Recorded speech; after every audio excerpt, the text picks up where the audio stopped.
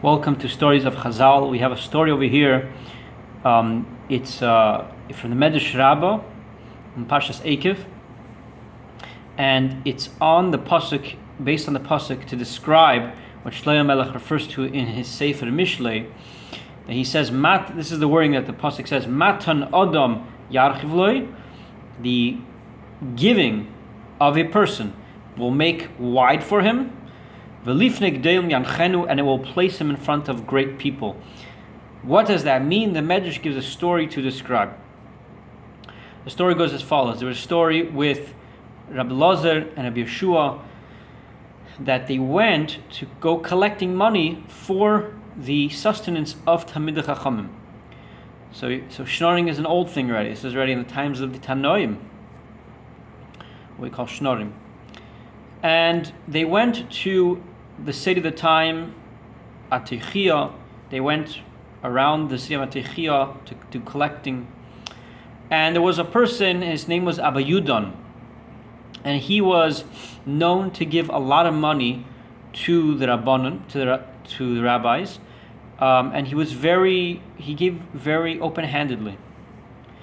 And at that point, Rabbi Yudan actually became very poor. And when he saw that Rabbi Lazar and Yeshua came to collecting, he hid himself. He went up to his house, and he just hid there for a day or two, and he didn't even go to the marketplace to do business even. He was scared to go out. He was embarrassed. So his wife told him, "Why didn't you go to the market already for 2 days? What's going on over here?" So he told her, because the rabbis came to collect money for the people who toil in Torah to help sustain them, and I don't have enough to give them, and I'm very embarrassed to go into the marketplace.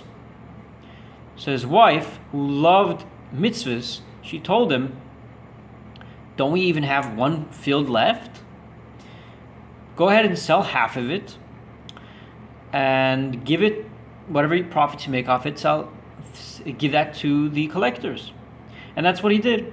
He sold half of the field for 5 golden coins of the time, whatever that was worth. Apparently it was a nice amount. And he gave it to the rabbi collectors.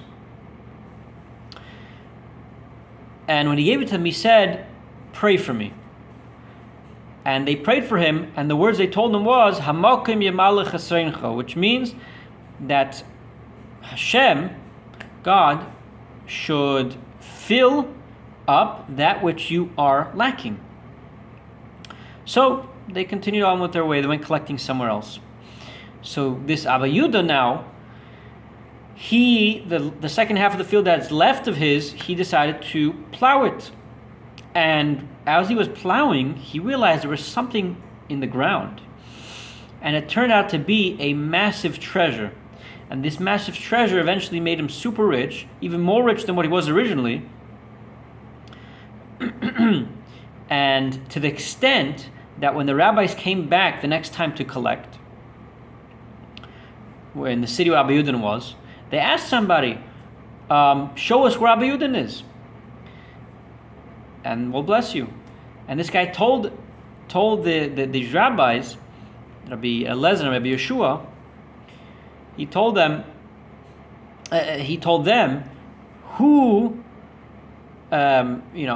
who can stand at this point in front of Abba Yudan,